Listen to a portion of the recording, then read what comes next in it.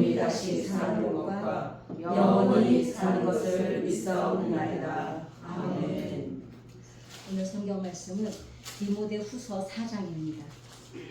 디모데후서 4장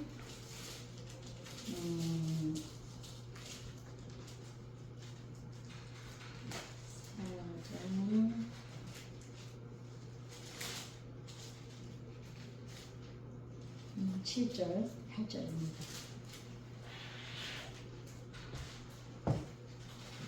함께 공독하실까요? 몇 페이지예요? 페이지요? 346페이지요. 346페이지 신약성경. 예, 창세기 옆에 아닙니다.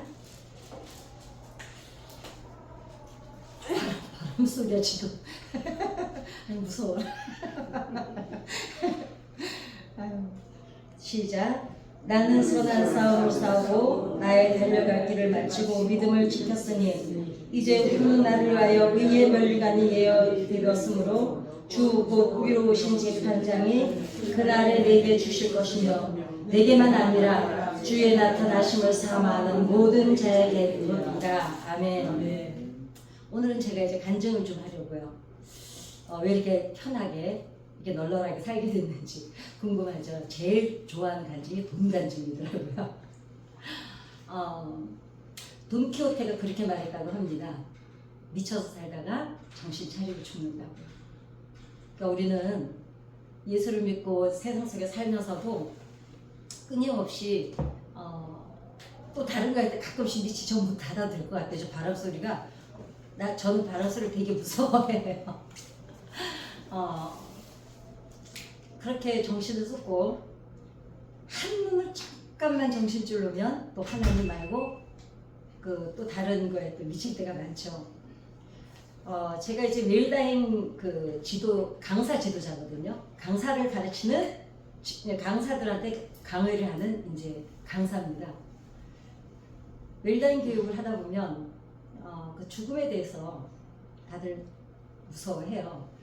근데 오늘 내가 어떻게 죽어야 될지를 고민을 하는 사람은 오늘 어떻게 살아야 될지를 안 되는 거죠. 적어도 내가 어떻게 죽어야겠다고 생각하는 사람은 오늘을 막 살지도 않는다는 거죠. 죽은 뒤에까지 죽고 나면 그만이지 뭐 이러면은 뭐 오늘을 그렇게 조심하겠습니까? 근데 내가 죽고 난 뒤에도 사람들이 아이고 그러고 살니 그러고 죽었네 이 소리 들을까봐 우리가 하나님 앞에서 훈련이 있고 징계가 있어요. 그죠? 근데 징계는 사람들이 똑같은 고난을 겪으면서도 어떤 생각을 하냐면 징계는 싫어해요. 왜냐면 징계에 따르는 거는 내가 내려놓음과 돌이킴과 회개가 있어야 되거든요. 근데 훈련은 이거 훈련이야 이러면 좀 위로가 되죠. 왜냐면 내가 굳이 회개하지 않고 뭐 고치지 않아도 이거는 지나가면 하나님께서 이 시간이 지날 거니까. 그러면 징계와 고난을 어떻게 구분을 해야 될까? 모르잖아요. 우리가 고난을 겪을 때 이게 징계인지 훈련인지를 명확히 알면 우리가 기도의 방향도 잡을 수 있고 삶의 방향도 목적을 정할 수가 있어요. 근데 이게 징계인지 훈련인지를 도통 모르겠으니까 답답한 거예요 이제. 그러니까 이제 사람들이 기도하다가도 답답하면은 예언하는 사람 찾아가고 여러분 절대로 예언하는 사람 제가 조윤숙의 사랑 가득 기쁨 가득 제 유튜브 방송에 보면 제가 올려놨어요. 왜 제 예언하는 사람들을 찾아가면 안 되는지. 그러니까 이제 그 얘기까지는 오늘 할 수가 없고 근데 답답하니까 내일을 알면 그러니까 우리가 고난이 막 어떤 문제가 왔을 때 이게 언제 명확히 끝난다는 걸 알면 오늘 견디기가 쉬워요. 왜냐면 그때까지만 참으면 되니까. 근데 이게 왜 우리가 답답하고 정말 두려우냐면 언제 끝날지를 모른다는 것 때문에 두려운 거거든요. 그죠? 근데 저는 하나님 앞에 명확히 징계를 받았습니다. 그게 2007년도에 제가 정말 사역을 많이 했어요. 우리 금속 레코드사라고 저희 이제 음반 회사가 있는데 제가 3, 4, 5, 한 몇 년 동안 우리나라에서 복음성가 가수들 중에 음반을 제일 많이 파는 가수였어요. 그러니 뭐 정말 많이 사역을 엄청 나갔습니다. 정말 어떤 때는 주일날은 전주에서 11시 집회하고 끝나고 2시간에 목포에서 집회하고 목포에서 집회 끝나면 전라도 광주로 가면 완전히 이거는 길이 어느 때는 11시쯤에 화장실을 가면 소변이 안 나오는 거예요. 너무 참아가지고. 그럼 돈을 그렇게 버는데 잘 먹고 잘 살아야 되잖아요. 연예인들이 불쌍한 게 그거예요. 스케줄이 너무 빡빡하면 차 안에서 저는 김밥 한 줄 놓고 운전하면서 그것도 막 140, 160으로 달리면서 하나씩 먹는 거예요. 그렇게 돈을 제가 벌어왔을 때 제 전 남편이 노름을 하셨잖아요. 1년이 그러니까 사례비, 교통비, 책 팔고 음반 팔고 제가 이제 책을 2권이나 썼으니까 그 책 판 금액도 있고 음반이 32집이 나와 있잖아요. 그러니까 음반 판매부터 시작해서 책 판매까지 그렇게 돈을 벌어와서 봉투를 열어보지를 못했어요. 1년을. 그냥 봉투를 식탁 위에 대어서 그렇게 집회를 3-4군데 하고 오면은 봉투를 그냥 식탁 위에 올려놓고 다음날 새벽에 7시에 일어나서 11시 집회도 가야 되잖아요. 대부분 교회가 10시, 11시 아침에 평일에도 연합 집회 뭐 하잖아요. 그러면 지방이면은 이미 한 5시에는 일어나야 돼요. 그러니까 맨날 봉투는 갖다 놨는데 1년 동안 열어보지를 못한 거예요. 이제 제 남편이 있으니까 이제 믿고 이제 관리하겠지 해가지고 그리고 어디다가 자기가 뭐 사업 좀 해봐야겠다고 도장 찍으라 그러면 알았어 그러면 도장 찍어주고 사인해주고 이제 그 얘기는 지금 할 수가 없고 어찌됐거나 그렇게 막 엄청나게 돈을 버는데 그래서 제가 막 집을 막 사놓기 시작한 거예요. 그래서 집에 막 몇 채씩 있고 돈이 있었습니다. 그리고 옷을 뭐 어떻게 쇼핑할 시간이 어디 있어요? 없어요. 그러니까 강남에 이제 제가 의상을 예전에 이게 사업할 때부터 다니던 의상실이 있어요. 아주 유명한 디자이너가 있어서 뭐 거기는 보통 양복 한 번 지금 지금 한 20몇 년 전 얘기입니다. 뭐 그리고 예를 들면은 그냥 가서 한 번에 가서 15벌, 20벌씩 옷 다 맞춰놓고 가져오면은 이제 그러고 아무튼 그렇게 했는데 2007년도에 제가 이제 CBS 방송국하고 항상 일을 했었잖아요. 그랬는데 이제 극동방송, 목포 극동방송을 제가 10년을 진행을 했거든요. 원고는 한 20년 썼고, 그래 이제 그랬는데 어찌됐거나 하는 일이 되게 많은 거예요. 방송 원고서, 방송 진행에 집회 다녀야 돼. 이제 그때부터 제가 또 상담 공부를 20년 전부터 시작을 했거든요. 그러니까 뭐 이건 눈코 뜰 새가 없는 거예요. 정말 저는 한 번도 지금까지 여행을 가본 적이 없어요. 제가 열린음악회를 진행을 강릉에서 해마다 하는데 정동진에서 하는데 3일씩 하거든요. 열린음악회를 진행을 하는데 발에 물을 못 담가 봤어요. 항상 제가 되게 완벽주의자라 긴장이 안 풀어져서 막 이제 스태프들이 그 저녁 때만 행사니까 낮에는 막 바다 가서 노는데 저는 가서 놀지를 못해요. 계속 저녁에 이제 출연진들 다 점검하고 어쩌고 하느라고 이제 그렇게 왔는데 딱 2007 그런데 전주 CBS 사업 건축을 이제 하느라고 모금하는데 제가 주 강사였어요.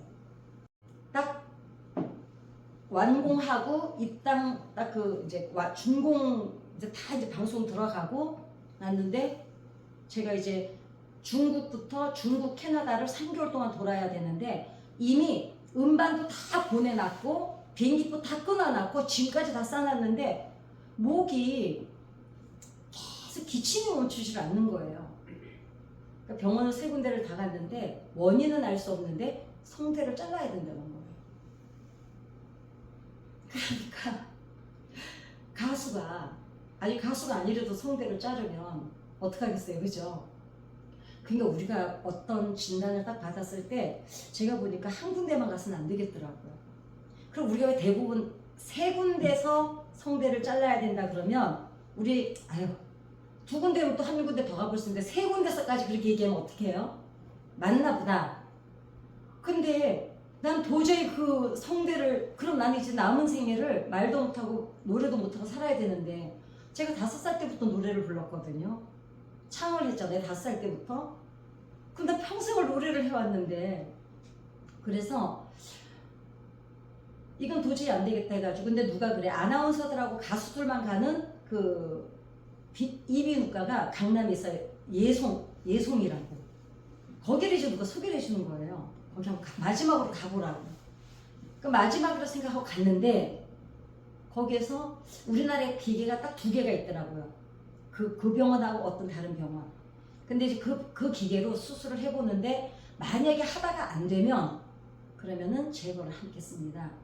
그 제거해도 좋다는 각서를 쓰고 이제 수술 날짜를 딱 잡고 내려온 거예요. 아마 해볼 때까지는 해보다가 해가 안 되면 자르겠습니다. 그런데 사람이 믿음이 우리가 언제 내 믿음을 측정할 수 있냐면 정말 극한 상황이 왔을 때 어떤 막다른 곳에 왔을 때 내 믿음이 점검이 되더라고요. 이제 그 병원을 3군데 다니고 4군데 갈 때까지 제가 얼마나 많은 눈물도 흘리고 막 그랬겠어요. 안달복달도 하고 막 궁금했다가 화도 났다가 내가 이때까지 그 세상 가수 세상에 박추 이미자 씨 노래 제일 많이 작곡하신 박춘서 선생님이 제 보고서가 가수 된다 그럴 때 그러셨어요. 대중가에 한 곡만 취입하고 그럼 가라. 장욱조 목사님 제 영상에 올려져 있어요. 그때 우리 제 콘서트에 와서 얘기하잖아요. 나한테 그렇게 곡을 주고 싶어 하는데 제가 달라 소리를 안 한다고. 그러니까 제가 되게 좀 그런 자존심이 있어요. 제 노래에 대한 어떤 자존심이 있어서 줄리면 네가 주든지 이런 게 있었어요. 그때는. 뭐 지금도 근데 변함은 없어요. 난 굳이 그렇게 제가 곡을 쓰고 작사 작곡을 하는데 뭘 굳이 찾아다니지 이런 것도 조금 있고 이제 그랬는데 딱 제가 주차장에 내려와서 이제 이미 말이 안 나오기 시작했어요. 막 잠을 자지를 못하게. 근데 그 전부터 징조가 없었냐면 있었어요. 근데 정말 무식한 게 의사들인 거 아시죠? 여러분 의사들은요 자기 분야밖에 몰라요. 다양성이 없습니다. 그리고 자기가 정 모르겠으면 제일 많이 하는 말이 뭐예요? 스트레스입니다. 그걸 기본 하는 말 있죠? 운동하세요, 소식하세요, 그 다음에 물 많이 드세요. 나도 하겠어요. 물 열면 그 말만 해줄 수 있다면. 근데 제가 그 전에부터 계속 기침이 나고 그래서 나는 이제 어떤 생각을 했냐면 내가 너무 스케줄을 많이 하니까 대중가수하고 저희들하고 달라요. 대중가수는 가서 자기 노래 2곡이나 1곡 딱 부르면 끝나요. 그러니까 하루에 8곳도 뛸 수가 있어요. 복음성가 가수는 안 돼요. 저는 간증 집회를 그냥 기타 들고 2시간씩 서서 해야 되잖아요. 그러니까 우리는 많이 해야 하루에 3군데 하는데 그게 시간이 대중가수들 뛰는 시간하고 완전히 다른 거예요. 근데 그 전부터 계속 근데 나는 내가 너무 피곤해서 이제 이 목이 그런가 보다. 그런데다가 그때 CBS 그 사업 건축을 해야 되는 게 모금이 너무 이제 저하고 지금은 이제 그 춘천 CBS 사장 된 정희연 아나운서하고 둘이서 이제 모금을 하러 다녔는데 멈출 수가 없는 거예요. 그래가지고 계속 약을 먹는데 그 의사가 뭐라 그러냐면 천식이 되는 거예요. 천식 혹시 약 먹는 거 보셨어요? 한 주먹이에요. 그 약을 제가 8개월을 먹었어요. 엄한 약을 그러니까 전혀 나와 상관이 없는 약이에요. 그러니까 낫지도 않고 약은 엄청나게 먹고. 근데 딱 2007년도에 이제 그렇게 성대가 딱 멈춰버렸어요. 그래서 제가 이제 주차장에 내려와서 운전대에 딱 앉아서 하나님 앞에 뭐라고 했더니 하나님 감사합니다. 왜냐하면 제가 피아노를 전공을 했지만 피아노가 됐든 공부가 됐든 상담이 됐든 이런 거는 이 땅에 와서 학습을 통해서 우리가 습득을 하는 거잖아요. 모든 기술이라는 게 목소리는 타고나야 되잖아요. 하나님이 주신 목소리 가지고 이 땅에 와서 그래도 술 먹는 사람 앞에서 노래한 거는 3년이고 하나님 찬양을 그래도 그때 딱 20년 됐었을 때요. 그때가 20년 동안 하나님을 찬양해 주셔서 감사합니다. 이제 그러면서 어떤 생각이 드냐면 사실은 그때 제가 가수에 대해서 좀 회의를 느끼고 있었을 때거든요. 만약에 내가 가수를 안 하면 난 뭘 할까? 근데 저는 항상 드라마 작가를 좀 해보고 싶었거든요. 이제 그럼 글을 쓰면 되지. 뭐 글을 그냥 쓰고 시인이니까. 저 시인인데 등단대에서 저는요 시인상까지 탄 사람이에요. 얼굴 보면 제가 시인 같지 않죠. 술집 마당 같대 사람들이. 근데 뭐 시인이에요. 시도 앵간히 씁니다. 그러는데 하나님 앞에 그렇게 기도를 하고, 근데 마음에 평안이, 그러니까 정말 왜 이렇게 화한 느낌? 그냥 괜찮아. 이게 너무 평화로운 거예요. 그리고 이제 수술을 했습니다. 했는데 성대를 안 잘라냈어요. 안 자르고 수술이 잘 됐어요. 됐는데 이제 1년을 그때 여기는 안 계신 것 같아요. 그때 제 말 못할 때 보신 분들이 정말 저는요 말을 못하는 게요 그렇게 답답한지 몰랐어요. 뭐든지 글을 써야 되는데 이게 또 글이라는 게 우리가 막 써지는 게 아니잖아요. 근데 1년을 말을 못하고 1년을 노래를 못 부르는데 여름 8.15 성회 때 우리 그 기도원에 양평 기도원에서 그 천안에 장로님 가나안 기도원인가 무슨 목사님 한 분 계세요. 그 목사님이 와서 부흥회를 할 때였어요. 8.15 성회를.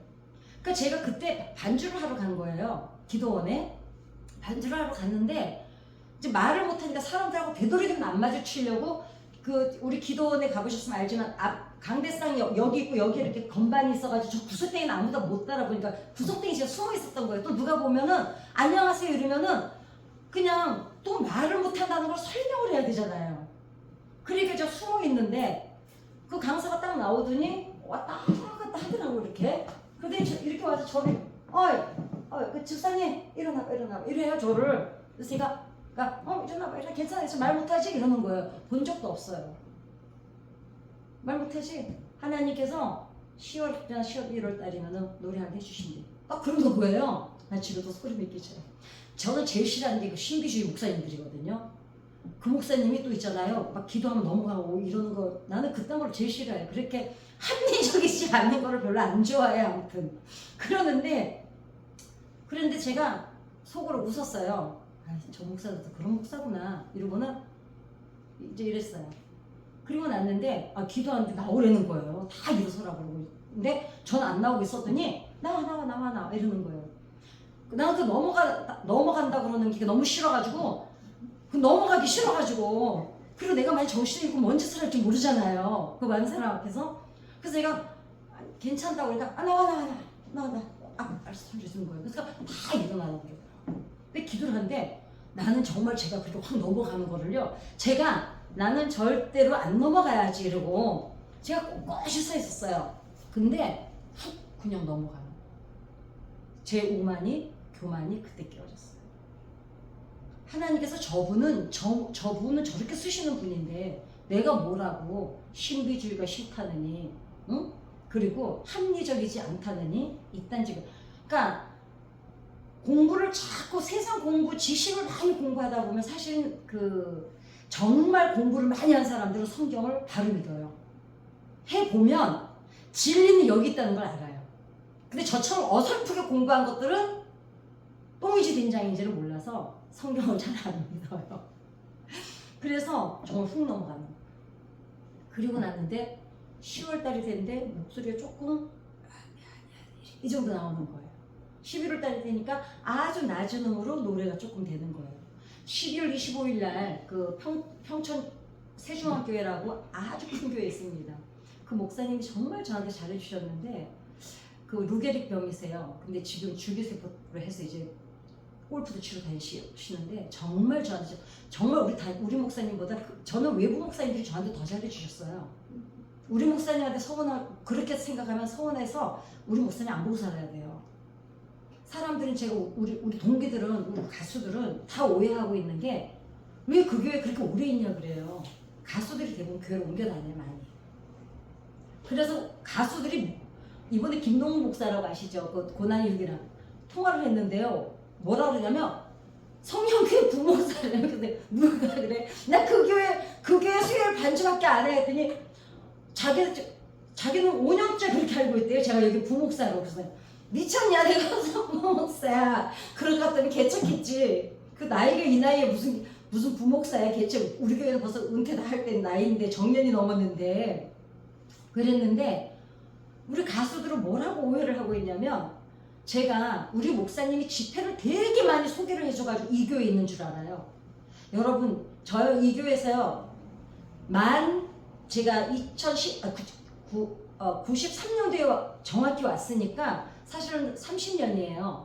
근데 그 전에부터 들락날락해서 제가 우리 교회 35년이라 그러는 거는 들락날락한 것까지 해서 사실은 딱 30년이거든요.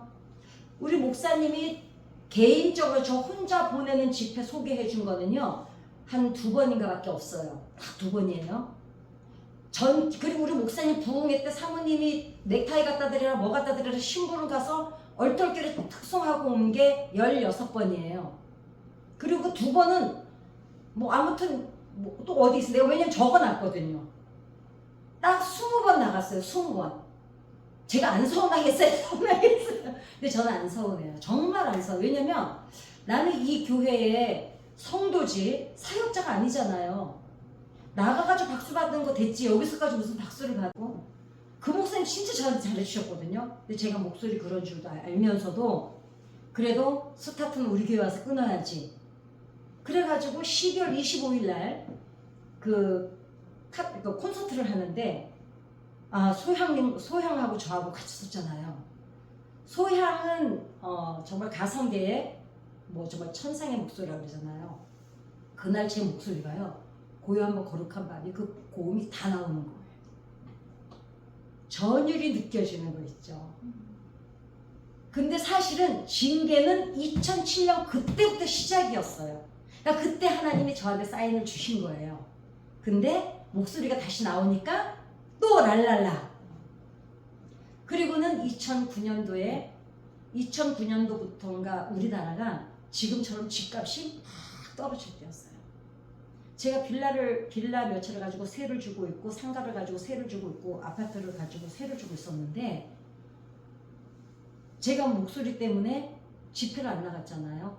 근데 사실은 그때부터 하나님이 집회를 안 내보내시는 거예요. 그러니까 목소리는 돌아와서 지금 목소리 나오는데 놀고 있는 거예요. 그런데 이제 이 가수도 이 월급을 안 받는 사람들이 단점이 뭐냐면 내일 나가면 되지. 늘 그냥 그때그때 버는 돈이 있기 때문에 규모가 없어요. 사는 규모가. 그러니까 제가 한 달에 그때 당시에 생활비를 한 500만 원씩 썼는데 놀면서 그 돈을 계속 쓰고 있는 거예요. 왜냐면 곧 나가겠지 때문에. 그게요 2007년도부터 시작이 돼가지고 이제 2009년도가 되니까 이제 보험을 깨기 시작하고 세를 올리기 시작하고 이렇게 가는데 아침에 일어나서 뉴스를 트는 게 너무 무서운 거예요. 왜냐하면 계속 집값이 떨어지는 뉴스가 나오는 거야. 그때 제 친구 죽었잖아요. 그 뉴스는 아마 기억나실 분도 있을 거예요. 강남에 제 18채 집을 갖고 세를 준 제 친구가 있었거든요. 근데 일주일 동안에 18억이 떨어진 거예요, 집값이. 그래서 자기 세 준 집 아파트 19층에 올라가가지고 떨어져 죽어버렸어요. 속상하다고. 그랬는데 죽고 났는데 재산이 얼마 있는지 아세요? 100억이 넘어요. 미친 거 아니에요? 18억 떨어졌다고 100억을 놔두고 죽어버렸어. 그 남편은 새로운 자매님 만나서 얼마나 잘 살겠어요. 그랬는데 이제 그렇게 하는데 제가 집회를 계속 안 하고 제 동생은 그때 뭐 어디에 있었냐면은 외국에 유학가 있었어요. 선교 겸. 우리나라는 돈이 없으면 옆집에 가서 좀 빌릴 수도 있잖아요. 제 동생은 그때 돈을 안 보내면 외국에서는 방법이 없는 거예요. 막 4시까지 은행 시간 전까지 돈을 못 붙여가지고 힘들고 막 그런 시간이 오는데 그래도 저는 징계인 줄을 몰랐어요. 그러니까 징계와 훈련의 차이가 뭐냐면 아무리 애를 써도 되는 일이 하나도 없는 게 징계예요. 그리고 또 하나는 나를 도와줄 만한 사람들이 다 그 사람까지 망해요. 그 다음에 나를 도와주던 사람이 나를 욕하고 돌아서든가 하나님이 다 차단을 시키시는 게 징계예요. 그 훈련은 뭐냐? 훈련은 이제 그 얘기 끝내고 그러는데도 제가 몰랐는데 이제 연도는 정확히 막 구분을 못 짓겠어요. 그러고 나는데 집을 이제 하나씩 팔기 시작하는 거야. 제값도 못 받고 팔고. 그래서 이제 세 주는 집 하나 딱 남은 거예요. 사기막골에 집이 하나 남아 있어요. 그래서 제가 2007년도부터 갯셈만 내기 시작한 거예요. 와서 내가 왜 이 일을 겪는지를 모르겠으니 두려운 거예요. 그러니까 그냥 뭐지? 나 아무리 생각해도 갈 데가 없는 거예요. 그 왜 갓세마네를 시작했느냐? 갈 데가 없으니까. 그래서 기도를 시작한 거예요. 그 전에는 제가 예수 믿자마자 저는 되게 바빴어요, 사역이. 저는 예수 믿자마자 전도를 너무 많이 해가지고 그 여의도 순복음교회 30주년 그 선교 대회 할 때 종합운동장에서 했거든요. 그 해에 제가 470명 전도해가지고 피켓 대표로 들고 들어갔잖아요. 그러니까 조영기 목사님 너무 이뻐해가지고 저보고 신학하라고 그러셨거든요. 근데 그 신학하라는 말이 싫어서 도망온 게 이제 성남 순복음이었죠. 그랬는데 아무튼 그 예수를 믿자마자 너무 바쁘다 보니까 사실 제가 겟세마네 반주를 하는데 찬송가를 모르겠는 거예요. 내 복음성가 가수가 복음성가만 부르고 다녀서 그러니까 사실 편정원 전사님 이런 분들이 되게 고생하셨어요. 왜냐면 제가 그걸 잘 모르는데 반주는 한다고 앉아있으니까. 그리고 어떤 때는 알려주세요. 그 곡이 그렇게 되는 게 아니라고. 근데 꾸역꾸역했어요. 왜냐면 달리 내가 할 일이 없으니까. 그렇게 기도를 하기 시작하는데 그러니까 처음으로 사실은 제가 처음에 하나님 앞에 돌아와서 여의도 순복음교회 바울 성전에 철야 3년 간 거 말고는 처음으로 기도의 자리에 와본 거예요. 너무 바빠서 기도를 해본 적도 없고 이거 뭐지? 찬송가가 뭔지도 모르고 있었던 거죠. 그러니까 그렇게 정말 허당이었어요. 하나님이 그때부터 저를 첫 걸음부터 다시 시작하시는 거예요. 그러는데 하루는 어떤 전도사님이 편정원 전도사님이 설교를 하시는데 제가 그 설교 이제 한 번 할 거예요. 배강 구원에 대해서 얘기를 하시는 거예요. 그러니까 이거야. 우리가 막 기도하러 오면 하나님이 야, 쟤 또 왜 왔냐? 이제 예를 드는 거예요. 하나님 그러신다는 게 아니고 제가 받아들인 게 이제 그렇게 받아들여서 기분 나쁘게. 그 옆에서 비서가 또 왔는데요. 대충 줘서 가라. 보내. 이게 있는 거예요, 이제. 그렇게 받아들였어요, 그날 설교를. 너무너무 상처를 받았어요. 하나님 앞에 자존심 상해본 적 있으세요? 저는요, 자존심 너무 상해서요. 그동안 내가 하나님 앞에 우는 게 너무 쪽팔린 거예요. 지금 하나님이 나를 저렇게 생각하는데 내가 그 앞에 하나님은 내가 또 왔냐? 이렇게 나를 보고 있는데 내가 거기서 막 울면서 내 마음을 내는 게 너무 창피한 거예요. 그래가지고 교회로 오기가 싫은 거예요, 이제. 제가 3일을 안 왔어요, 겟세를. 안 오고는 너무 속이 상하니까 그 자존심도 너무 상하고 더는 하나님한테 얘기하고 싶지를 않은 거야. 근데 그 다음 성경이 궁금한 거예요. 도대체 그러면 왜 그랬을까? 그래가지고 그 다음을 쭉 읽어보니 하나님은 알고 계셨어요. 여로보암이 아니고 저기 그 솔로몬의 아들 첫 왕 된 사람. 응? 있어. 우리는 여자들끼리는 알죠. 그거 있잖아. 알아 얘기해봐. 얘 알아. 근데 단어 얘기 안 했다 알아. 어? 있어요. 왔어. 아니 그게 중요하진 않아. 그 왕이 태평성대를 이루었잖아요. 솔로몬 후에. 그러니까 딴짓거리를 하는 거예요. 그러니까 급하니까 하나님 앞에 왔는데 하나님 그 얘기야. 야, 대충 줘서 보내라. 그 반절만 구원해줬다고 성경에 기록이 돼 있어요. 왜 그랬을까 도대체 다시 읽어봤더니 그 뒤를 읽어봤더니 하나님 알고 계셨어요. 얘 인간성을. 얘는 또 평안해지니까 또 다른 짓을 해. 그때 제가 딱 가슴을 치면서 처음으로 회개라는 걸 하기 시작한 거예요. 하나님, 저를 알고 계셨군요. 적어도 내가 어떤 인간이라는 걸 하나님은 알고 계셨군요. 그래서 하나님이 지금이 아닌 거야. 그리고 나는 지금 회개를 엄청 했다고 생각하는데 그건 내 얘기고 하나님 보실 때는 아닌 거예요. 왜냐면 그분이 우리를 지으셨는데 엄마들이 그러잖아요. 내가 너 뱃속에서 10달을 데리고 있었는데 내 새끼를 내가 몰라? 엄마들은 자기 새끼 몰라요. 근데 하나님은 아시잖아요. 내가 어떤 성향이라는 거, 내가 어떤 인간이라는 걸 아시잖아요. 그리고 아직 안 줘봤자 칼이 된다는 거. 그때부터 하나님 앞에 기도하기 시작했어요. 정말 저는 제가 어저께도 얘기했지만 맑은 물이 나올 때까지 회개를 합니다. 그때부터 하나님이 뭘 깨닫게 해주시냐면 제가 어떤 사역자였는지를 깨닫게 해주시는 거예요. 완전히 장사꾼이었더라고요. 제가 강남에서 장사를 했잖아요. 20대였어요. 저 엄청 장사 잘했어요. 정말 수완이 좋은 여자였어요. 이야, 저 어린애. 그러니까 대부분 사장들이 다 5, 60대, 4, 50대인데 정말 무슨 뭐 새끼마담 정도 나이가 뭐 저는 이제 워낙 뒤에 이제 뒷배가 있었으니까 그렇다 쳐도 그랬는데요. 저는 제 머리를 너무 믿었는데 중요한 거는 장소만 바뀌었어요. 거기서 하던 짓을 여기 와서 똑같이 수한을 부리고 있는 거예요. 그러니까 예를 들면 큰 교회에서 연락이 오면 어머 할렐루야 내 목사님 감사합니다 막 이래요. 작은 교회에서 섭외가 와요. 집사님 우리가 한 30명만 되면 그때 모시려고 30명이 되려고 계속 기도를 하는데 3년째 기도를 하는데 30명이 아직 안 됐는데 그래도 너무 모시고 싶으니 오실 수 있으세요? 그런데 제가 어떻게 전화 받는지 아세요? 그럼요. 무슨 말씀이세요? 가야죠 당연히. 사역자는 사역만 잘하면 되죠.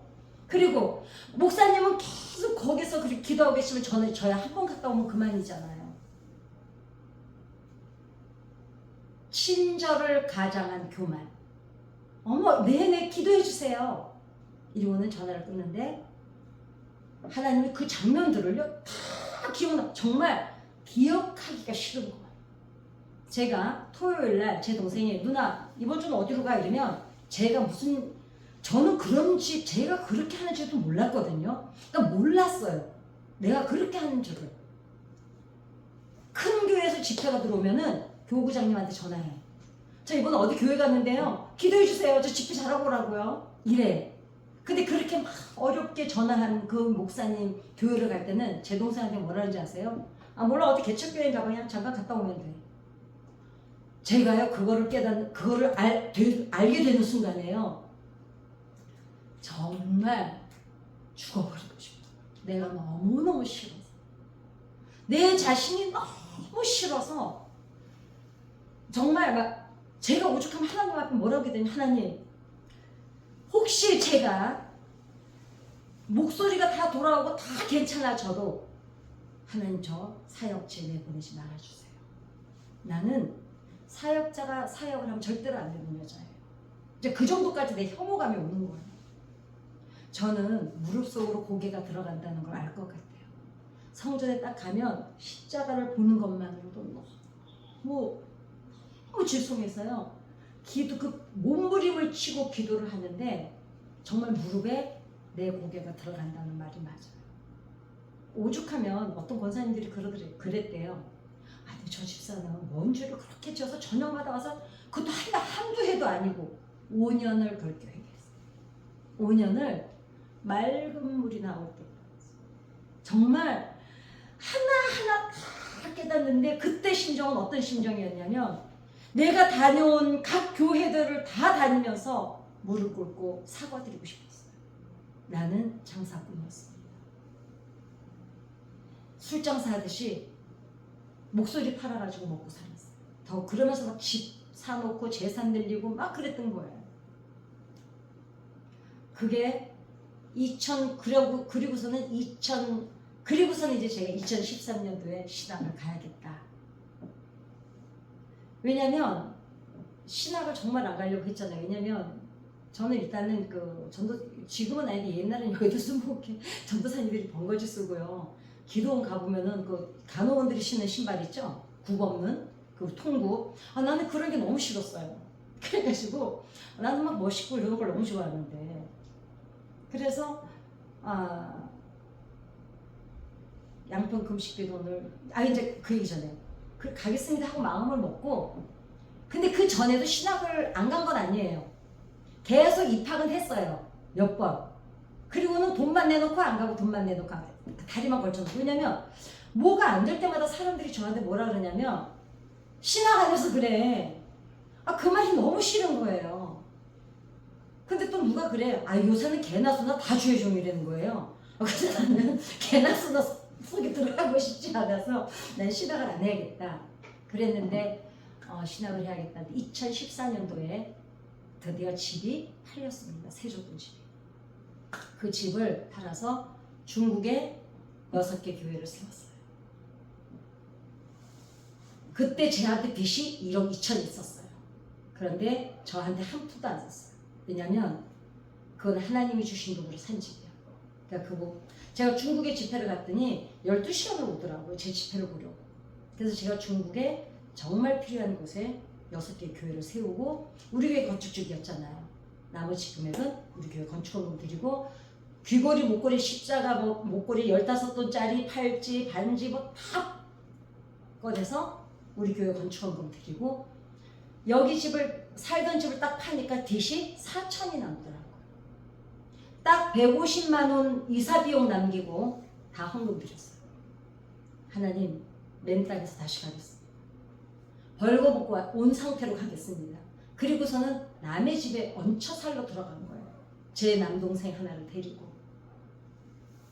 그랬는데, 그리고는 이제 신학교를 가야겠다 해서 이제 우리 교회에서 신학교가 있었잖아요. 그래가지고 아쉬운 대로 여기라도 다니자 해가지고 1년 공부했어요. 그랬는데 하면서도, 왜냐면 그래도 가기 싫으니까 여기 잠깐 하고 말아야지, 이게 있었던 거예요. 그랬는데 그 얹혀 살러 들어간 집 아이가 제가 어려울 때마다 한 20년을 도와준 아이거든요. 분인나야 분인나. 한나를 괴롭혔던. 야, 인간적으로. 저는 근데 사실 걔 안 봐요 지금. 저한테 아직도 돈을 안 갚았는데 지금도 제가 딱 2명, 솔직히 말하면 사람 취급을 안 해요. 미워하진 않지만 보고 싶진 않아요. 아, 정말 이건 어떻게 감당이 안 되는 거예요.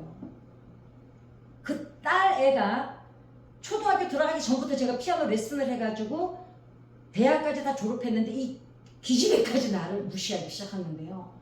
제가 거기서 신모였어요. 그 집 얹혀 살면서. 그랬는데 도저히 안 되겠어가지고 양평 금식기도원을 2014년도에 올라간 거예요. 그때 9월달이었습니다. 올라가서, 여러분 너무 속상하면 기도 나와요? 안 나와요.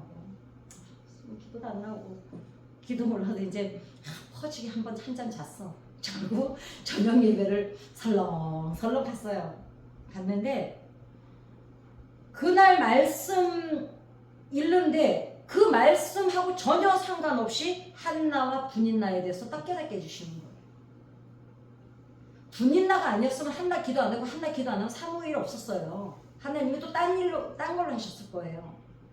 분인나가 사람 막대기였던 거야. 하나님의 일을 이루기 위해. 그러고 나니까 그 애가 만나지도 않고 끊어버렸지만 밉지는 않더라고요. 아, 걔가 도구였구나. 근데 여러분, 나쁜 일을 도구 절대로 되지 마세요. 왜냐하면 우리 여기 대신 이가 없으신 분들이지만 나쁜 일을 사용되는 사람들을 보면 그 성향이 있어요. 아주 착한 사람이 나쁜 막대기를 절대로 사용 못당해요. 왜냐면 하나님이 지으셨잖아요. 그리고 알잖아요, 그 사람 성품을. 사람 안 바뀌거든요. 착한 사람이 나쁜 사람 못 돼요. 그러니까 나쁜 일에 쓰임 받을 때는 그 사람의 성향 속에 악한 게 있는 거예요. 그래서 그날 제가 처음으로 기도를 했어요. 하나님, 저도 종입니까? 물어본 거예요. 저도 종입니까? 저 같은 것도 종입니까? 그러면 만약에 제가 정말 저도 주의 종이라면 신학교를 가겠습니다. 가는데 목회는 안 하겠습니다. 대신 상담 목사가 되든지 음악 목사가 되든지 할 테니까 단 한 명 제대로 가서 배우겠습니다. 그래서 한 명을 맡겨주시든 2명을 왜냐면 제가 전도를 많이 했으니까요. 맡겨주시든 제대로 배워서 제대로 가르치는 목사가 되겠습니다. 그렇게 하고 금요일 날 내려왔습니다. 토요일 날 지금 살고 있는 집을 주셨어요. 네, 어서 오세요. 기도에는 은사가 없다. 기도는 사람들이 이제 아유 기도에 은사 있어요. 근데 사실 성경에는 기록에는 없어요.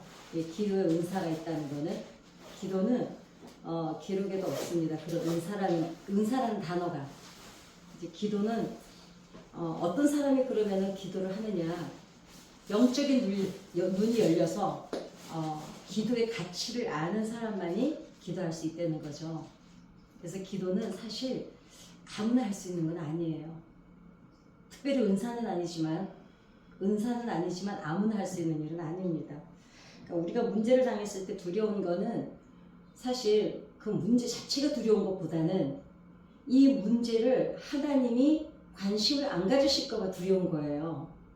근데 내 문제를 지금 나 혼자만 겪는 게 아니라 하나님이 관심 갖고 지켜봐 주신다는 확신만 있으면 사실 그 문제 그렇게 두렵지를 않아요. 왜냐면 지금 내 혼자 겪는 일이 아니기 때문에 더군다나 하나님이 함께 하신다는 것 때문에 그렇습니다. 이제 제가 이렇게 그 지난 시간을 돌아보면 그러니까 제가 언젠가 그랬죠. 다른 사람이 받은 응답이 나에게 상처가 될 때가 있다고요. 근데 또 돌아보면 누군가의 응답 뒤에 얼마나 막 깊은 눈물의 강을 건너왔는지는 우리가 안 봐요. 우리가 볼 때는 그냥 지금 내가 당한 고난이 제일 크기 때문에 저 사람은 나보다 덜 기도하고 나보다 덜 고통스러운 것 같은데 잘 사는 것 같은데 사실은 거기까지 오기까지 그 내공이 쌓이고 그 단단함을 유지하기까지 그 요동함이 없기까지는 얼마나 많은 눈물로 자신의 무릎을 적셨는지 모릅니다. 그래서 그런 기도의 내공이 깊은 사람들을 보면 설령 폭풍이 와도 별로 요동함이 없어요. 그러니까 경망스럽지를 않아요. 그냥 이렇게 요동이 없이 잘 견뎌냅니다. 그리고 어려움을 겪을 때 이제 그 약간 사회성의 문제, 사회성에 관한 얘기인데 사실은 죽을 때 어떤 사람은 그래 뭐 관을 들어줄 친구가 있으면 된다 이런데 그것보다는 나를 위해서 내 가족보다 더 슬프게 울어줄 수 있는 친구 한 명만 가져도 성공한 인생이래요. 그게 무슨 말이냐면 우리가 사실 제 전화번호에도 보면 1000명이 넘거든요. 근데 제가 진짜 정말 죽고 싶었을 때 전화할 사람이 한 명도 없더라고요. 그때 당시에는. 그러니까 그래도 내가 민낯을 내놓고 만났을 때 비교 안 당해도 되고 비교 안 해도 되고 내 사는 거 굳이 부끄럽지 않아도 되고 내가 그냥 다 드러내놔도 부끄럽지 않고 이렇게 별로 비교 안 할 친구 한 사람만 있어도 내 숨통이죠. 그래서 사실은 힘들 때 내가 힘들어할 때 가르치려고 안 하고 지적질 안 하고 나보다 더 서럽게 울어줄 수 있는 친구 한 명만 있으면 또 그 문제를 쉽게 뛰어넘을 수가 있더라고요.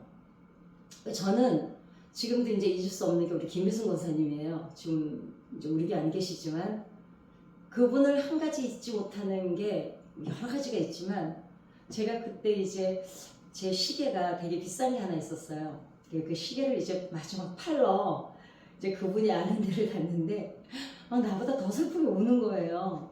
근데 제가 하나도 안 슬픈 거예요. 왜냐면 남이 나보다 나를 위해서 더 슬프게 울어주니까 그게 위로가 돼가지고요. 제가 오늘 그 만족이라는 거에 대해서 한자를 봤더니 그 가득 찰 만자에다가 족자가 발목 족자예요. 우리가 왜 대부분 충분히 만족하다 그럴 때는 뭔가 넘치고 충만하고 풍성하고 아쉬운 겪고 여한이 없을 때 우리가 만족하다 그러잖아요. 근데 한자에서 보면은 왜 발목까지를 만족이라고 했을까? 발목까지 찬 걸. 제가 아까부터 계속 기도하면서 묵상하고 봤더니 우리가 물에 들어가서 놀아보셨어요? 무릎만 넘어가도 물 안에서 움직이기 힘들어요. 그죠? 안 그래요? 발목까지가 제일 물 안에서 놀기가 발목까지가 제일 만만하고 제일 재밌고 제일 안 위험하고 그까지가 제일 좋은 거야. 그러니까 우리 삶이 뭔가 넘치고 여한이 오고 이게 만족한 삶이 아니라 내가 가장 놀기 쉬운 그 형편이 어쩌면 우리에게 제일 만족한 삶이 아닐까 생각이 됩니다. 제가 이제 이어서 집을 주셨잖아요. 집을 주셨는데 그게 집을 뚝딱 줬다고 되겠어요? 1억 4,500이 있어야 되는데 100만 원도 없어요.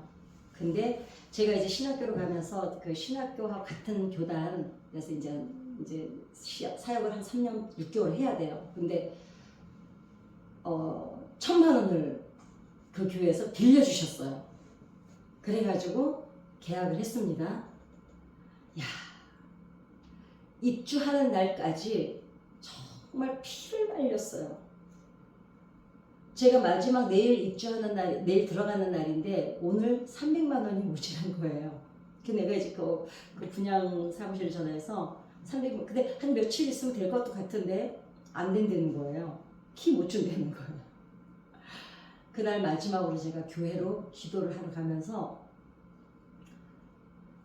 너무 힘이 드니까 제가 하나님한테 이렇게 물어봤어요. 하나님, 제가 죽어야 끝이 납니까?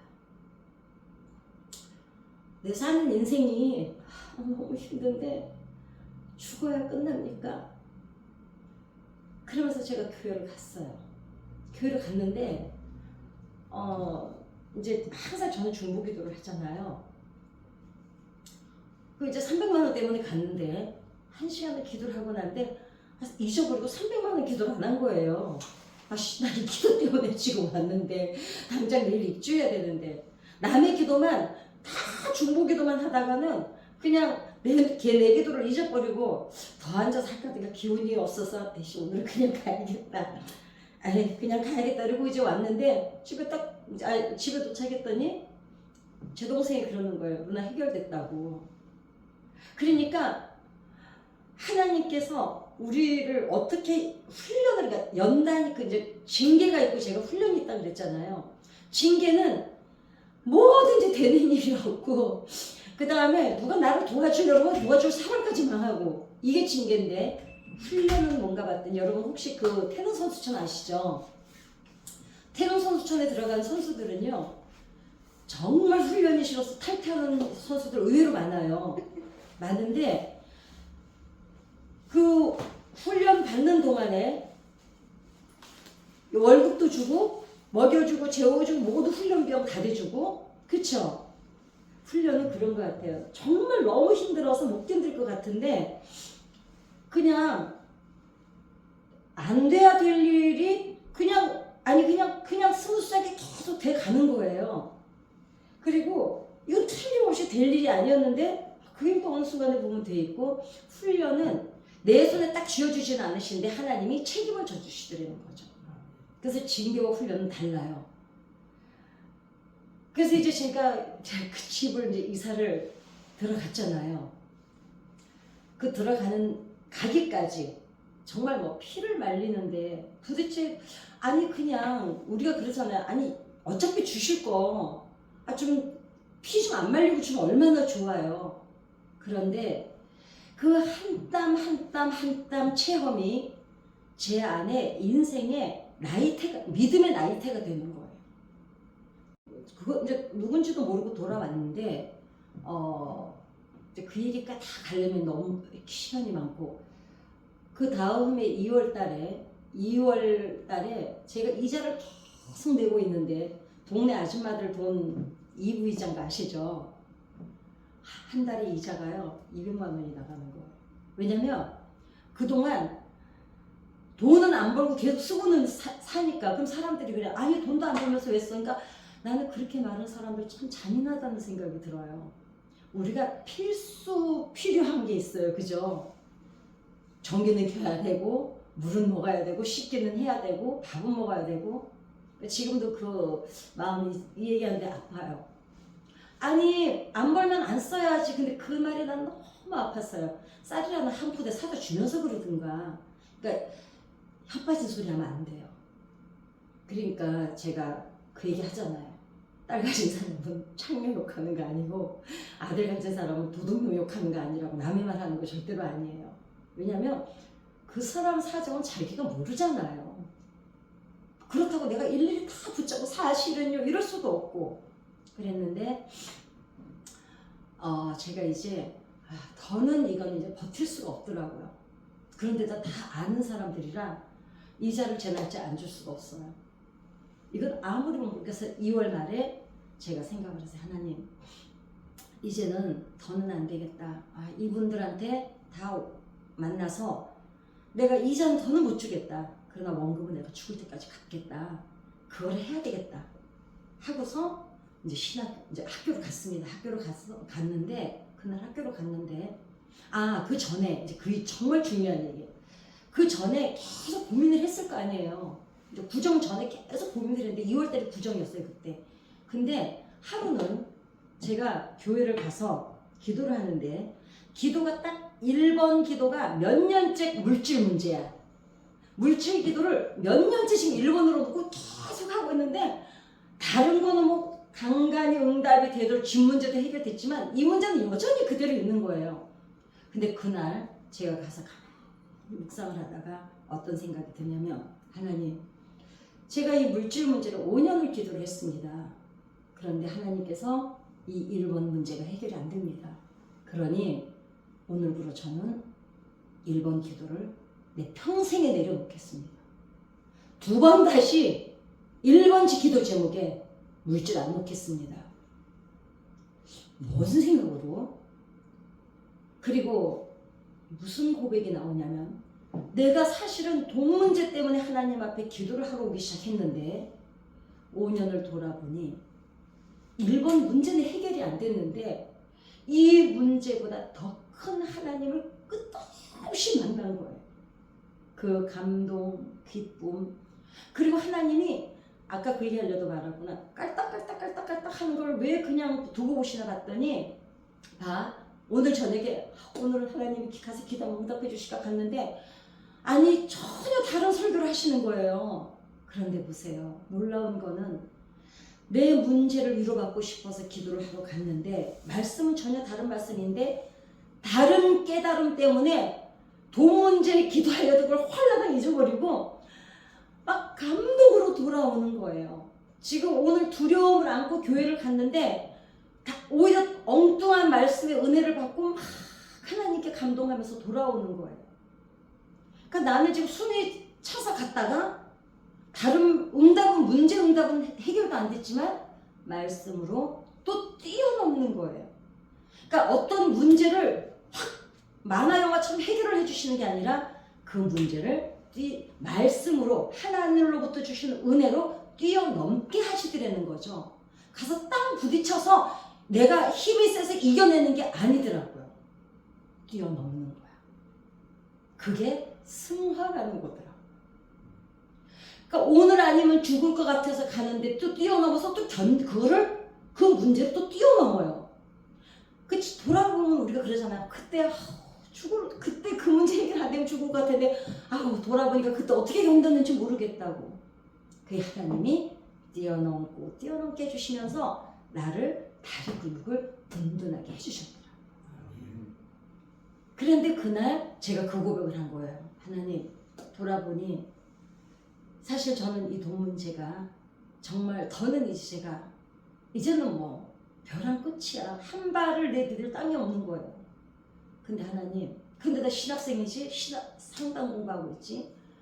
뭐 도무지 이건 어떻게 방법이 없는 거예요. 근데 또 예수 믿는 사람들은 배짱이 좋아요.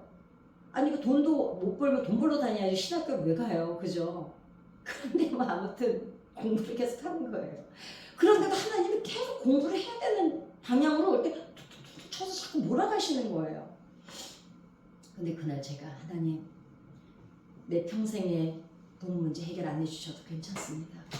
나는 충분히 하나님 때문에 행복합니다. 그러니 이 문제를 오늘부로 저는 끝내겠습니다. 이제는 이 돈 문제가 해결되든 말든 이제는 저는 괜찮습니다. 그런데 한 가지 마음에 걸리는 게 있습니다. 제가 신학생이다 보니 사람들이 전도사님이라고 하는데 저 돈을 나한테 빌려준 사람들 동네 언니들도 있어갖고 예수 안 믿는 사람도 있습니다. 그런데 그게 우리가 왜 이럴 때 있잖아요. 요즘에는 그런 목사님들 안 계신데 옛날에 분강사님들 보면 내가 잘못되면 하나님 망신이 제 망신이니까 그 참 용기 있는 거예요. 또 그딴 말 하는지 몰라요. 그죠?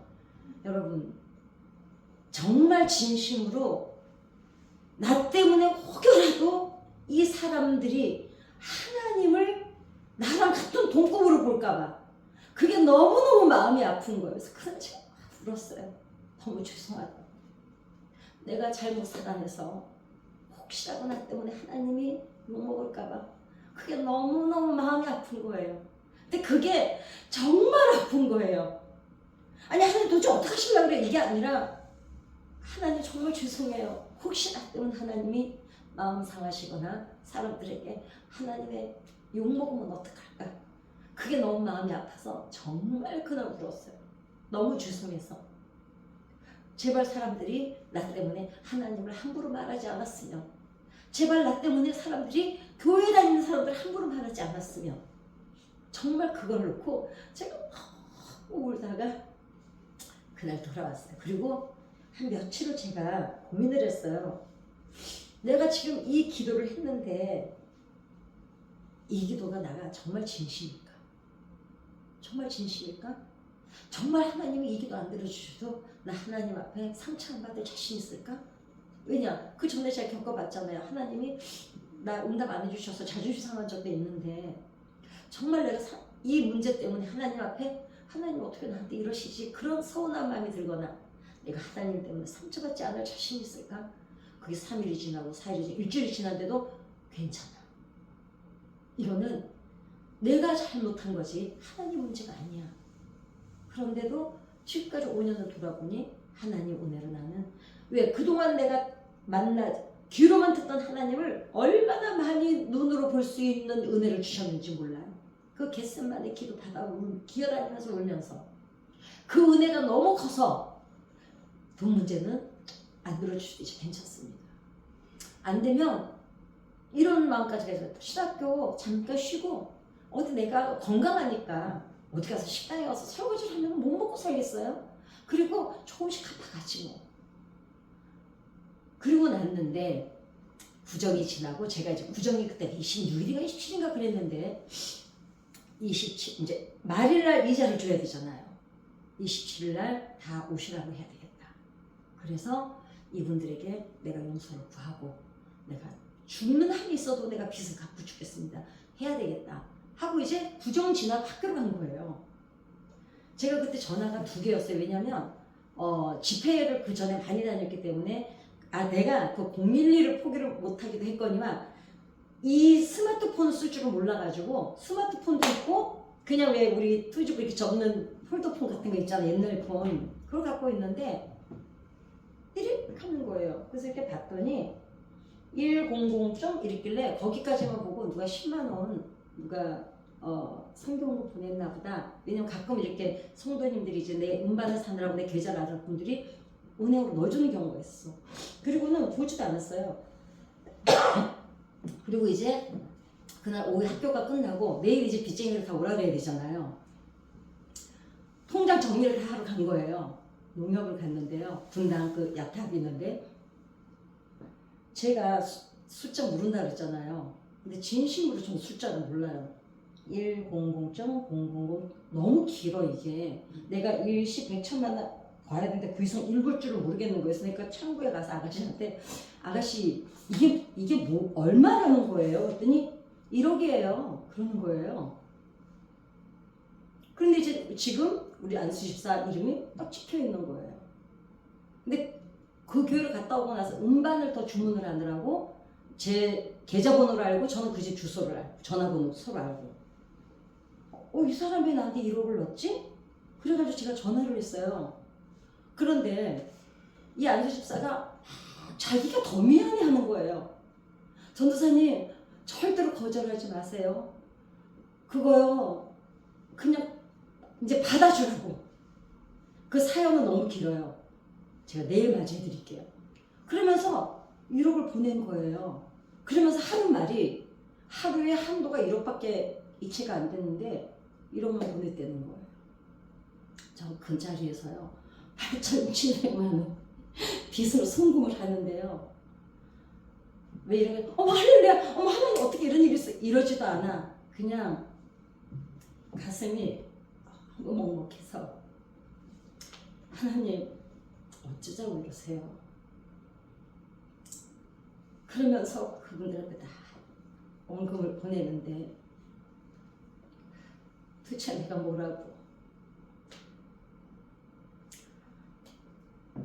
그리고서는 그 나머지도 그 한수 집사가 해결해 주시고, 그리고 제 학교부터 시작해서 제가 그 미술심리 슈퍼바이저 하느라고 학비가 많이 들어갔거든요.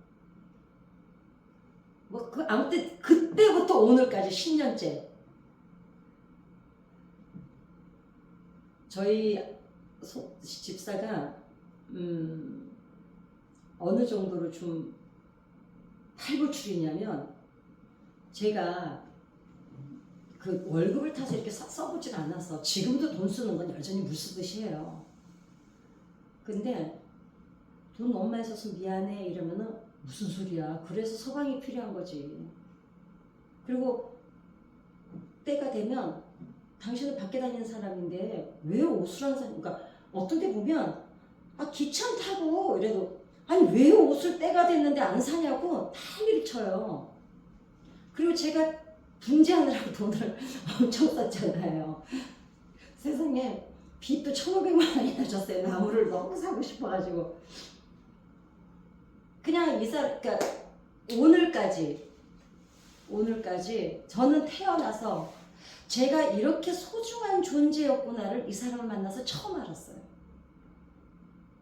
그러니까 저를 여자다 이런 개념이 아니야. 이 사람은 그냥 목사님, 주의 종, 사역자, 그냥 이 상태로 저를 보는 거. 자기 목숨 살려줘서 고맙다고. 이 사람도 그때 되게 정신적으로 힘든 때였었거든요. 근데 하나님 그날 그 사람을 고쳐주신 거예요. 그러니까 자기 죽은 목숨 살려준 사람인데, 그리고 얼마나 신실한지 몰라요. 집안이 다 주의 종, 뭐 권사님, 장로님. 그리고 그렇게 효자예요. 그래서 제가 보니까, 그리고 아무튼 뭘 깨달았냐면 갚아주시는 하나님, 눈물을 닦아주시는 하나님, 한숨을. 제가 어느 날부턴가 이 팔이 이렇게 돌아가지도 않고 여기까지 가지도 않고 막 너무 아파서 잠을 잘 수가 없는 거예요. 눕지도 못하고 앉지도 못하고, 나중엔 다리가 혼자 툭 이런다? 내가 중풍 오는 줄 알고 너무 놀란 거예요. 그래서 병원에 갔더니 여기를 안 보고 제 목 뒤를 찍는 거예요. MRI를. 아픈 곳은 왼쪽 팔, 왼쪽 다리고 이 팔이 올라가지도 않는데 목을 찍으니까 목 디스크예요. 왜냐면 수업을 하루에 막 12시간씩 했거든요. 그 미술심리가 그렇게 공부가 많아요. 사람들이 그 상담사가 되려면 상담사 공부가 어느 정도로 돈을 잡아먹냐면 돈 먹는 한가예요. 빌라 할 때까지 우리 집사가 다 해줬는데 정말 돈이 많이 들어가면 둘째 문제고요.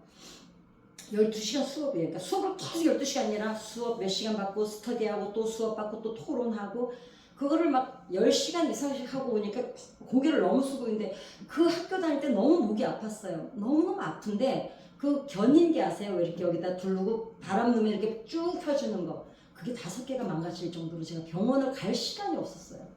6시에 일어나서 7시 학교 가면 밤 11시, 12시에 오니까 병원을 갈 수가 없어요. 토요일까지 수업이 있으니까. 그랬는데요. 그게 목 디스크가 온 거예요. 우리 안에 있는 쓴뿌리, 상처, 이런 것들. 우리가 지금 증상은 다른 것으로 나타나요. 말투로 나타나든가, 행동으로 나타나든가, 지적하는 걸로 나타나든가, 사람을 믿지 않는 걸로 나타나든가, 여러 가지 정서적인 증세가 나타납니다. 근데 그거를 우리는 흔히 이렇게 말해요. 그 사람 성격이야. 근데 누구에게든지 누가 무슨 말만 하면 이러는 사람이 있어요. 그게 아니고, 혹시 그러진 않으시죠? 누가 무슨 말만 하면 아니 그게 아니고를 너무 많이 하는 사람들이 있어요. 근데 그분이 잘난 척하고 똑똑한 척하고 이래서가 아니라 그분 안에 찾아 들어가 보면 왼쪽 팔다리가 아픈데 증세는 목 뒤에 있는 거예요. 내 안에 상처가 있는 거예요. 저는 그 5년 동안이 무슨 시간이었냐면 제 안에 쓴뿌리를 다 끄집어내는 시간이었어요. 끄집어내서 직면하는 게 너무 어려웠어요. 어떤 때는 인정하고 싶지가 않으니까 내 상처를. 그 내가 왜 그랬구나를 직면할 때마다 너무 고통스러웠어요. 왜냐? 그때는 내 수치심도 있고 막 참담한 심정도 있고 인정하고 싶지 않은 것도 있고 또 기억하기조차도 싫은 것들이 있고 그러는데 그거를 하나님이 다 마주보게 하시더라고요. 그리고 어느 때는 하나님 그때 제가 너무 잘못했어요. 그러면 어떻게 위로를 해주시냐면 괜찮아. 그때 넌 너무 어렸잖아. 네가 12살이었잖아. 그 12살짜리 아이가 엄마 아버지 죽어가는 걸 보면서 네가 받은 상처가 많아서 그래. 그리고 너 왜 그때 그게 네 죄였어. 그게 네 죄였어. 이렇게 하시는 하나님이 아니라 괜찮아. 이제 알았으니까 괜찮아. 나를 비워내고 내 안에 그 하나님이 채워지는 시간이 필요하기 때문에 내 응답이 시간이 조금 늘려지는 거지 하나님이 기억을 안 하시는 게 아니라는 거죠. 하나님께서 제 동생하고 저는 돌봄이라는 걸 받아본 적이 없잖아요. 그리고 울타리가 있어 본 적이 없잖아요. 늘 한데 서 있는 느낌이었어요. 그냥 찬바람이 부는 그냥 한데 바깥에 늘 바깥에서 다른 사람들이 사는 창문을 바라보면서 그냥 저 집은 참 좋겠다. 저는 제 친구들이 우리 내 동생이 내 옷을 빼앗아가서 입었어. 우리 언니가 혼냈어. 그런 것조차도 그게 뭔지를 모르는 거예요. 나는 경험해보지 못했으니까. 형제들이 흩어져 사느라고 함께 살아본 게 뭔지를 모르니까. 전 지금도요, 제 나이 또래 사람들이 우리 엄마한테 갖다 쓰리면 전혀 모르겠어요. 그게 뭐지? 제가 고양이를 지금 이제 그 길에 겨울고양이 이제 주워다가 이제 제가 잠깐 키워주려고 하다가 아예 입양을 했잖아요. 그 고양이를 띄어놨을 때 그 고양이가 저를 쳐다보던 그 눈빛을 잊을 수가 없어요. 나도 모르게 내가 늘 우리 엄마를 그리워하던 그 눈빛. 이 고양이는 완전히 제가 엄마인 줄 알아요. 왜냐면 젖도 안 뗐을 때 제가 이제 이렇게 이유식 먹여서 키워놓은 아이라. 하나님께서는 우리 안의 상처를 다 도려내기를 원하세요. 근데 여러분, 골문 대를 돌아낼 때는 생살도 같이 떨어져 나가요. 아파야 돼요. 근데 우리 상처 보면 알잖아요. 골문대 다 짜내고 어디까지 짜내요? 빨간 피가 나와야 그래야 림프액이 나와서 거기를 아물게 하기 시작을 해요. 근데 빨간 피가 안 나오잖아요. 그럼 아직 다 짜진 거 아니야. 그러니 기도하시다가 나이테가 지금 믿음의 나이테가 만들어가는 시간이구나. 왜 갚아주시는 하나님인가를 알게 됐냐면 제 동생하고 저하고는 부모의 돌봄을 받아보지 못했는데 이 사람은 그냥 울타리 형님 같고 제 동생 같은 형 같고 아버지 같고 저한테도 거의 저보다 나이가 작아요. 저 능력 있어요. 예, 저보다 나이가 몇 살 어립니다. 근데 오빠 같고 아버지 같고 그냥 아기처럼 제 동생하고 저를 돌봐줘요. 그러니까 지금 오늘도 제가 이 얘기를 하기 위해서 오는데 한 번도 제가 뭘 하고 싶은데 오늘까지 하고 싶은데 못 해본 게 없는 것 같아요. 뭐든지 콘서트까지 다 끝내주고 그 모든 정리 다 끝내주고 그리고 일단 저는 빚이 하나도 없는 게 너무 행복해요. 아침에 눈을 뜰 때 나 늦잠 자도 되는구나가 너무 좋은 거예요. 그 전에는 불안해서 돈이 있을 때도 불안해서 저는 늦잠을 자본 적이 없어요. 왜냐면 내 평생에 늘 내가 가장이었기 때문에 나는 내가 놀면 막 죄의식이 느껴지는 거예요. 그렇게 하나님께서 내가 너를 지었으니 내가 백발이 될 때에 너를 안고 가리라. 그러면은 또 듣는 사람은 이렇게 들을 수 있어요. 난 언제 저렇게 되지? 아니에요. 제가 아까도 말씀드렸지만 뭘 잘하고 믿음이 좋아서 하나님께서 그 모든 문제를 해결해 주시고 이제 그냥 원수의 목전에서 상을 베푸신 하나님. 그 원수가 그러면 뭐 그동안 사람들이었는데 그게 아니에요. 하나님이 말씀하시는 거는 내 인생을 근본적으로 괴롭히던 마귀의 그 공격에서 저를 건져내 주신 거죠. 그 원수의 목전에서 저를 건져내 주셨다는 거지. 사람들은 또 그래. 너 두고 보자. 내가 하나님한테 응답받기만 해봤는데 그럴 때는 하나님 역사 안 하세요. 하나님은 어찌됐건 형제간에 싸우는 걸 싫어하세요. 부모님들이 그러잖아요. 정상적인 엄마 아빠라면 나한테 효도하는 자식보다는 형제간에 우위에 있는 걸 더 원하세요. 그 형제간에 잘 지내는 거 보면은 부모들이 뭐라 그래요? 이제 내가 죽어도 여한이 없다고. 지네끼리 저렇게 의지하고 사니까. 하나님은 우리가 서로 원한 맺고 원수 맺는 거를 원망하고 불평하는 걸 원하지 않으세요. 그러니까 내가 그때 나 그때 시험 나 그때 개쌤 맨날 기도하고 할 때 너 돈 안 꿔줬지? 이게 아니야. 왜냐면 사람들이 제가요 이렇게 겉모습 볼 때는 돈이 많아 보이잖아요. 돈 꿔달라는 사람들이 정말 많아요.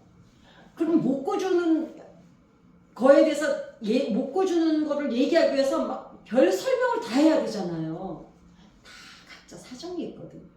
그 사람 그럴 때는 사정이 있는데 우리는 이제 모르잖아요. 그래서 제가 오늘 제 간증의 그 마무리를 짓는다면 갚아주시는 하나님, 내 눈물을 닦아주시고. 그러니까 이제는 제가 오늘 아침에 통화를 하면서 여보 너무 고마워. 나는 아침 일할 때 나 오늘 늦잠 잤다. 오늘 내 맘대로 해도 되는 날이지. 이게 너무 감사하다. 그리고 그냥 분재 키우러 다니고 그냥 학교 지금 이제 방학 이제는 학교 상담이 이제 하반기가 끝나서 이제 뭐 개세 잠깐 오면 되고 정말 한 번도 못 살아본 인생을 하나님이 그냥 왜 그렇다고 막 대단하게 뭐가 막 이루어지는 건 아니에요. 그냥 잔잔해요. 그다음 뭐 후닥닥 이렇게 된 게 아니라 그냥 스무스해요. 모든 게. 그 내가 그 예를 들어서 그냥 생각만 해요. 이게 이런데 그러면은 그냥 스무스하게 그냥 아무렇지도 않게 이루어져요. 그거를 거기가 이 나이테가 되기까지 눈물과 바람과 비바람과 벌레가 와서 파먹는 거 그걸 다 견디고 오면서 만들어진 믿음의 나이테. 하나님께서요 훈련을 하실 때 옹벽으로 막아 놓으시죠. 왜냐면 그것조차도 은혜예요. 왜냐면 거기 빠져나가면 결국은 사람들한테 내 사정이 어쩌고 얘기하면 나중에 돌아서서 해결도 안 되고 소문만 나고 망신만 당해요. 그리고 사람들이 오히려 더 피하는 거 아시죠? 저 사람 어렵다 그러면요 사람들이 더 피해요. 그러는데 저는 예전에 우리 지금 은퇴하셔서 지금 간호원 병원에 근무하고 계시는 김영신 전사님이 제 교구장이셨는데 제가 신학교로 가기 전에 그분을 보고 내가 만약에 신학교로 간다면 저분 같은 주의 종이 돼야지. 제 멘토로서 제가 그래서 제 전화기에 기도의 어머니라고 써놨어요. 제가 정말 힘들 때 그분이 정말 제가 나보다 내 문제를 더 서럽게 우는 사람을 처음 본 거예요. 그러면서 제가 오히려 그분한테 그랬어요. 괜찮아요. 저 견딜 수 있어요. 괜찮아요. 혹시 하나님이 내게 주실 응답이 있으시면 저는 괜찮습니다. 저 집사님한테 먼저 주세요. 하나님. 지금 어저께도 만나서 아구찜 먹고 왔어요. 그분을 만나면 내가 속이 상한 일이 있어서 만약 만나? 굳이 그 속상한 얘기를 하진 않아. 그냥 만난 것만으로 이 속상한 게 다 풀어져서 와요.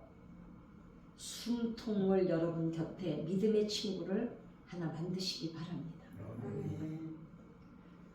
옹벽이 막혀 있을 때 하나님께서 어디를 열어놓으셨어요? 하늘은 열어놓고 계셨던 거예요. 거기를 바라보면 거기가 지름길인데 우리는 어떤 일이 딱 닥치면 먼저 우리 생각을 막 가져지, 우리 생각을. 그러나 정말 지혜로운 사람은 역사를 통해서 인생을 배운대요.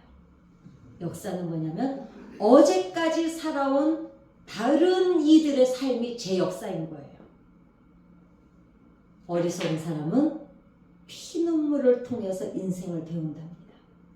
남의 말 안 들어. 누가 하면 에이 거짓말, 에이 그런 게 어딨어. 그게 아니고 그거는 뭐예요?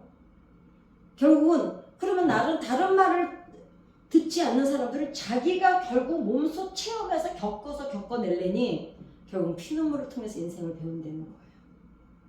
우리가 물론 걸러내야 될 것들도 많지만 스펀지 같은 사람. 제가 이제 마무리를 한다면 지난번에도 말씀드렸죠. 어떤 사람이 돼야 될까? 예수 믿는 사람은 전도를 하는 사람. 비가 오는데 우산이 나한테는 있습니다. 어떤 사람이 비를 맞고 걸어가는데 여러 가지 대답 그때 하셨죠. 우산을 그냥 내가 주고 나는 비 맞고 간다. 어떤 사람은 그냥 같이 데려다 준다. 목적지까지. 그게 아니라 내게 있는 우산을 내려놓고 함께 걸어가는 사람. 누군가에게 나도 그런 친구가 되어주고 또 누군가가 나에게 그런 친구가 되어준 사람 꼭 한 사람은 이 땅에서 만드시기 바랍니다. 그러려면 내가 먼저 투영해야 되겠죠. 세상에서 제일 감당할 수 없는 사람이 어떤 사람이냐면 욕심이 없는 사람이에요. 욕심이 없는 사람은 세상에 감당을 못합니다. 그리고 하나님께 기도하는 사람은 세상이 이겨내지 못합니다. 욕심이 없는 사람은 첫째, 투명합니다. 욕심이 없는 사람은 비굴하지 않아요. 욕심이 없는 사람은 당당해요. 욕심이 없는 사람은 거짓이 없죠. 왜? 욕심이 없으니까. 거짓이라는 건 내가 욕심이 있어서 누군가를 속여야 되니까. 그러니까 세상에서 제일 무서운 사람이 욕심이 없는 사람인 것 같아요. 그런 사람들은 굳이 남한테 뭐 잘 보이려고 하지도 않고 너무 건강하게 잘 살아요. 근데 내가 만약에 내 안에 어떤 그런 부딪히는 문제들이 다른 사람들하고 있다면 나를 한번 점검을 해보고 나는 어디에서부터 이 쓴물이 자꾸 나오고 있을까? 그거를 점검하고 하나님 앞에 모를 때는 하나님 앞에 놓고 기도하는 거예요. 하나님, 난 도대체 왜 이런지 모르겠어요. 저는 그 5년이 저에게는 제 인생의 가장 바닥이었고 가장 찬란한 시간이었고 가장 많이 울었던 시간이었지만 가장 기뻤던 시간이고 그리고 오늘 하나님께서 마침내 그냥 잔잔하게 여호와는 나의 목자시니 내게 부족함이 없으리로다. 그가 나를 푸른 초장을 내 그런다고 해서 뭐 사람들하고 뭐 크게 부딪힘도 없고 근데 왜 그런가 했더니 내가 이제 그 정도로 내공이 쌓였더라고요. 누가 굳이 건드려도 그래요? 그랬구나 미안해요 이렇게 넘어갈 수 있는 내공이 쌓여요. 그러나 내가 상처가 많을 때는 저 사람 나한테 왜 그러지? 나 돈 없는 거 안 했나? 내가 지금 빚지고 사는 거 아나? 지금 이러는 거야. 결국은 내 안에서 발생되는 것들이라는 거죠. 그래서 저는 이제 제 감정을 마무리를 한다면 여러분 문제가 이렇게 시간이 늘려진 것처럼 더디 갈 때는 하나님께서 내 믿음의 나이테를 더 단단하게 만드시는 시간이라는 거. 그래서 하늘문은 열려 있다는 거 잊지 마시고요. 징계와 훈련은 틀림없이 다르다는 거. 그러나 징계 후에 반드시 하나님께서는 훈련하신다는 거. 저는 제가 그랬어요. 저도 좀 약간 그런 또 그 담대함이 있는 게 또 뭐냐면 너무 그 문제가 그렇게 계속 해결이 안 되는데 제가 하나님 앞에 그랬어요. 하나님, 저는 하나님이 저한테 아무리 이러셔도 저 절대로 하나님 안 떠날 거예요. 우리가 있지. 저 절대로 하나님 안 떠날 거예요. 아까 이제 먼저 오신 분들은 들었는데 기도는 은사가 아닙니다. 이렇게 기도 자리를 이렇게 오시는 건요. 기도의 가치를 아시는 분이에요. 기도는 뭐 은사가 막 내가 기도 은사가 있어서 하는 게 아니라 여러분 그냥 묵묵하게 그 자리를 지키는 것만으로도 하나님께서 계속 주시하고 계세요. 그래서 우리가 어떤 사람들이 대부분 그러죠. 예전에 어떤 그런 광고가 있었어요. 현대에서 했던 광고인가 그런데 예측 가능한 사람.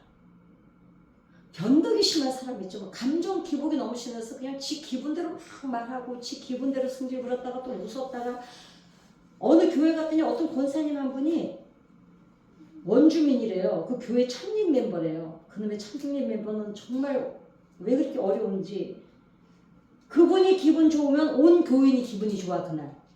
그분이 기분 나쁘면 온 교인이 그날 웃으면 안 돼. 그런 교회가 있더라고요. 예측 가능한 사람. 저 사람은 틀림없어. 저 사람이 말했으면 그럴 거야. 근데 그 사람은 언제 변할지 모르겠어. 이걸 누가 믿어요? 그죠? 그래서 통전성의 사람이라고 있습니다. 사전적 의미를 보면 지정의의 조화를 이룬 사람인데 그건 너무 골치 아프고 한마디로 얘기하면 통전성의 사람은 어떤 사람이냐? 말과 행동이 일치하는 사람. 내 마음과 말이 일치하는 기도는 기도지만 그냥 속은 다른 건데 말은 다르게 한다면 여러분 다시 마음과 말을 일치시켜서 하나님 앞에 기도하시기 바랍니다. 주기도문을 마치고 기도하겠습니다. 하늘에 계신 우리 아버지여 이름이 거룩히 여김을 받으시오며 나라에 임하옵시며 뜻이 하늘에서 이루어지는 같이 땅에서도 이루어지리라. 오늘날 우리에게 일용할 양식을 주옵시고 우리가 우리에게 지진 자를 사하여 준 것 같이 우리